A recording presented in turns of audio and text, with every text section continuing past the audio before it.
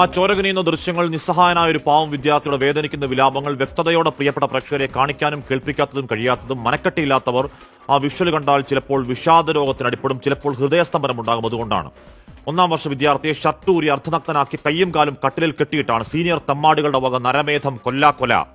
ആ ദൃശ്യങ്ങളിൽ ഒരു 1, 2, 3 എണ്ണലുണ്ട്. എഞ്ചുപടി പറഞ്ഞു കളിക്കുന്നതല്ല. കഴുത്തിന് താഴേക്ക് കാൽപാദം വരെ കോമ്പസ് കൊണ്ട് കുത്തി കുത്തി ചോര വാർക്കുന്ന മുറിവുകളിൽ എന്തോ തരം ദ്രാവകമൊഴിക്കലാണ്. നെഞ്ചിൽ 2 ഭാഗത്തായി മുറുക്കിയിട്ടിരിക്കുന്ന ക്ലിപ്പിൽ പിടിച്ചാട്ടി കളിക്കുന്നുണ്ട്. സ്വകാര്യ ഭാഗത്തിന് മുകളിൽ ഡംബൽസ് എന്ന ഇരുമ്പ് കട്ടികളാണ്. നാഭിയിൽ ഡിവൈഡർ ഇട്ട് കുത്തിക്കറക്കലാണ്. ആ വിദ്യാർത്ഥി വേദന കൊണ്ട് പിടച്ചു പൊളയുമ്പോൾ ഒരുതരം പൈശാചികമായ അട്ടഹാസങ്ങളിൽ മനുഷ്യമാംസം പച്ചയ്ക്ക് തിന്നുന്ന നരഭോജികൾ തോറ്റുപോകും മട്ടിലാണ് തെമ്മാടിപ്പളയുടെ പൂണ്ടുവളയാട്ടം. ആ കോളേജിൽ നിന്ന് പഠിച്ചിറങ്ങിയ ഏഞ്ചൽ കോട്ടിട്ട് നഴ്സിംഗ് പണിയെടുക്കേണ്ട കൂട്ടമാണ്. യന്തകവിത്തുകൾ പഠിച്ചിറങ്ങിയാൽ ആശുപത്രികൾ അറവുശാലകളാക്കില്ലെന്ന് ആര് കണ്ടു? കുട്ടികളല്ലേ, അവരുടെ ഭാവി എന്താകുമെന്ന് സിമ്പതി വേണ്ട. എമ്പതി എന്ന വാക്കു കേട്ടിട്ടില്ലാത്ത ആ കുറ്റവാളി കൂട്ടം അങ്ങേയറ്റത്തെ പരപീഡാ ദൃശ്യങ്ങൾ പകർത്തിവെക്കുന്നത് വെറുതെയല്ല. മാസാമാസം അധികാരി ചേട്ടന്മാരുടെ കാൽക്കൽ വെക്കേണ്ട തിരുമുൽക്കാഴ്ച ഗൂണ്ടാപ്പിരി കൊടുക്കാൻ വിസമ്മതിക്കുന്ന കുട്ടികളെ വിരട്ടാനാണ്. ഒറ്റപ്പെട്ടതല്ല. മാസം 3 കൊലപാതകത്തോളം പോകുന്ന ഈ സാഡിസം അരങ്ങേറിയിട്ടും ആരോരും അറിയുന്നില്ലെങ്കിൽ, വിലാപങ്ങൾ കേൾക്കുന്നില്ലെങ്കിൽ ആ പ്രിൻസിപ്പലും വാർഡനും ഒക്കെ ഞങ്ങളുടെ നികുതി പണത്തിൽ ശമ്പളം വാങ്ങി തിന്നാതെ രാജിവെച്ച് ഇറങ്ങിപ്പോവണം, ഇല്ലെങ്കിൽ ഇറക്കണം സർക്കാർ.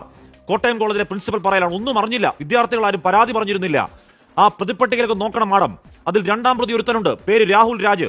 ഹോസ്റ്റൽ മുറിയിലിട്ടൊരു തോട്ടം തൊഴിലാളി പുത്രനെ കൊല്ലാക്കൊല ചെയ്യുമ്പോൾ അവനെ നഴ്സിംഗ് വിദ്യാർത്ഥി സംഘടനയുടെ സംസ്ഥാന ജനറൽ സെക്രട്ടറിയാണ്. ഇൻസ്റ്റാഗ്രാം നാമധേയം രാഹുൽ രാജ് കോമ്രേഡ്.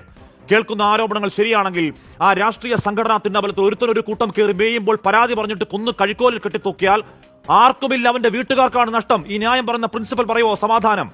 കഴിക്കാൻ ഭക്ഷണം പോലും കൊടുക്കാതെ ദിവസങ്ങളോളം ഇടിച്ചും തൊഴിച്ചും ഇഞ്ചപ്പരുവത്തിൽ കൊലയ്ക്ക് കൊടുത്ത വയനാട്ടെ സിദ്ധാർത്ഥന്റെ ചോരകല്ലിച്ച ഓർമ്മകൾക്ക് ഈ വരുന്നയാഴ്ച വർഷം 1 പ്രായം.